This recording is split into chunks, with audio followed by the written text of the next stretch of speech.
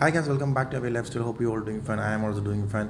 So വളരെ to the പോയിന്റിൽ പറയുകയാണെങ്കിൽ ഞാൻ ഈ ഒരു വീഡിയോ ചെയ്യുന്നത് അൾട്രാ വയലറ്റ് സൂപ്പർ സ്ട്രീറ്റ് എന്നൊരു ബൈക്കിനെ കുറിച്ച് പറയാനാണ്. അതിൻ്റെ പുതിയ ബൈക്കാണ്.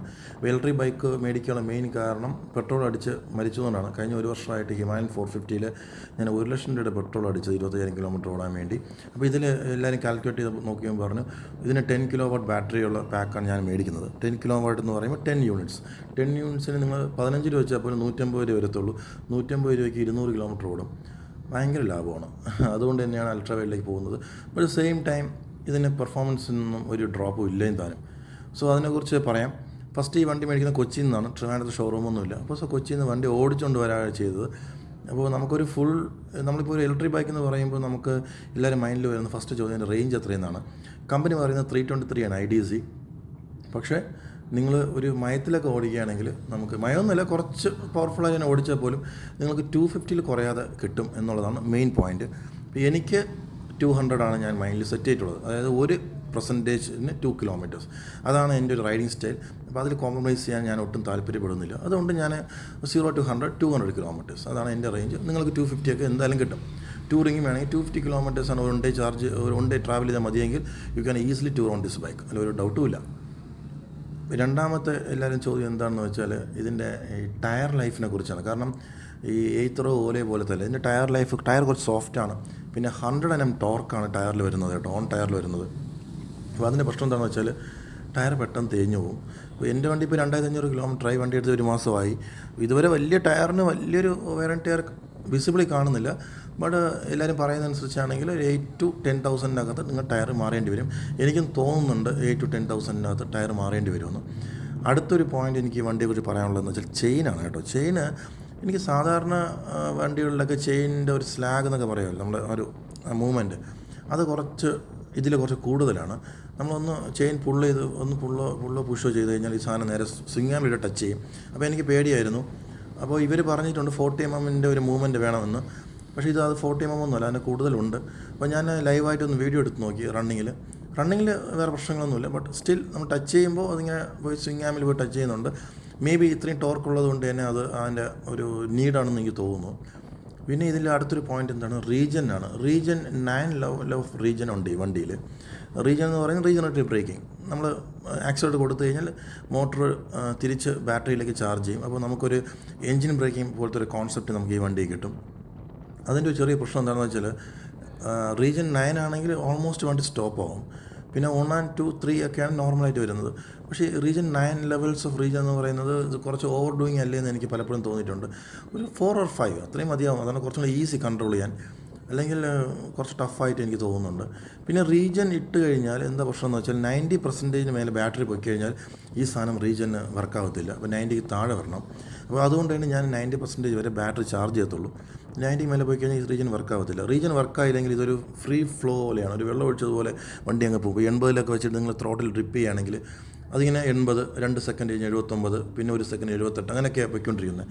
അപ്പോൾ നമ്മൾ ഈ പെട്രോൾ ഹെഡിൽ നിന്നൊക്കെ വരുന്ന ആൾക്കാർക്ക് അത് ഭയങ്കര ബുദ്ധിമുട്ടാണ്. അപ്പോൾ എനിക്കത് ബുദ്ധിമുട്ടാണ്. അപ്പോൾ ഞാൻ എപ്പോഴും റീജൻ 2 ഓടിക്കാറ്. റീജൻ 2 ആണ് ഞാൻ ഹിമാലയനിൽ കിട്ടുന്ന ഒരു എൻജിൻ ബ്രേക്ക് എനിക്ക് കിട്ടുന്ന റീജൻ 2 കേട്ടോ. അല്ലെങ്കിൽ ഒരു 3 or 4 you can do it. Regen ഇല്ലാതെ ഓടിക്കാം. ഇപ്പോൾ ഹൈവേയിൽ നിങ്ങളൊരു 60 to 70 നിങ്ങൾ ക്രൂസ് ചെയ്യുന്നതെങ്കിൽ റീജൻ്റെ ആവശ്യമൊന്നുമില്ല. But if you are cruising at 90 or 100 then obviously നിങ്ങൾ റീജൻ ഓൺ ചെയ്യണം. കാരണം അത് കുറച്ചുകൂടി സേഫ്റ്റിയുടെ കാര്യം കൂടെ ആയതുകൊണ്ടാണ് ഞാൻ പറയുന്നത്. പിന്നെ ഇതിൽ വരുന്ന 3 റൈഡിങ് മോഡ്സാണ് വരുന്നത്. അതായത് ഗ്ലൈഡ് എന്ന് പറയുന്നത് സ്കൂട്ടർ, നോർമൽ ഒരു ആക്റ്റീവ് സ്കൂട്ടർ പോകുന്ന പോലെ ഇരിക്കും. പിന്നെയുള്ളത് കോമ്പാക്റ്റ് എന്ന് പറയുന്നത് 250cc ബൈക്ക്. പിന്നെയുള്ളത് ബെലസ്റ്റിക് എൻ്റെ ഡിഫറെൻറ്റ് സീനാണ് കേട്ടോ. ബെലസ്റ്റിക്കിൽ ആക്ച്വലി നമ്മളത് വെറുതെ ബെലസ്റ്റിക് എന്ന് പറയാൻ പറ്റില്ല. അതായത് 0 to 100 ഇറ്റ് വിൽ ഷോ ഒരു 600cc അല്ലെങ്കിൽ 700cc തരുന്ന പവർ നമുക്ക് അത് കാണിക്കും, ഒരു 0 to 100. പക്ഷേ 100 കഴിഞ്ഞാൽ പിന്നെ അത് 250cc ബൈക്ക് എങ്ങനെയാണ് പുള്ളി ചെയ്യുന്നത് അതുപോലെ പുള്ളി ചെയ്യത്തുള്ളൂ ബെലസ്റ്റിക്കിലായാൽ പോലും. പിന്നെ ഇതിൻ്റെ ടോപ്പ് സ്പീഡ് അവർ പറയുന്നത് 155 ആണ്. എനിക്കെന്തോ ഒരു 133 വരെ എനിക്ക് ചെയ്യാൻ പറ്റിയിട്ടുള്ളൂ. മേ ബി എൻ്റെ വെയിറ്റ് കാരണമായിരിക്കും. എനിക്ക് 107 കിലോ ഉണ്ട്. ചിലപ്പോൾ അതുകൊണ്ടായിരിക്കും 133, 134 വരെയാണ് എൻ്റെ ടോപ്പ് സ്പീഡ് എത്തിയിട്ടുള്ളത്. ബട്ട് ഈവൻ 133 പോലും വണ്ടി സ്റ്റേബിളാണ്. നമുക്കങ്ങനെ നമ്മൾ ഭയങ്കര ടോപ്പ് സ്പീഡിൽ പോയിക്കൊണ്ടിരിക്കുകയാണ് അല്ലെങ്കിൽ വണ്ടിയുടെ സ്ട്രെസ് ലിമിറ്റിൽ നിൽക്കുകയാണെന്നും തോന്നത്തില്ല. കാരണം ഇതൊരു ഇലക്ട്രിക് ബൈക്കാണ്, അങ്ങനെ വൈബ്രേഷൻ ഒന്നും ചെയ്യാനില്ല. കമ്മിങ് ടു വൈബ്രേഷൻ, വണ്ടി വൈബ്രേഷൻ സാധനമില്ല. അത് നിങ്ങൾക്കറിയാമല്ലോ, ഇലക്ട്രിക് ബൈക്കിന് വൈബ്രേഷൻ സാധനമില്ല. പക്ഷേ ഇവിടെ എവിടെ പ്രശ്നം എന്ന് വെച്ചാൽ ഇതൊരു ചെയിൻ ഡ്രൈവാണ്. ഇതൊരു എന്താ പറയുക, ബെൽറ്റ് ഡ്രൈവ് അല്ല. ഇപ്പോൾ ചെയിൻ ഡ്രൈവിൻ്റെ പ്രശ്നം എന്താണെന്ന് വെച്ചാൽ നമ്മൾ കറക്റ്റ് ലൂബ് ചെയ്തില്ലെങ്കിൽ നല്ല സൗണ്ട് വരും.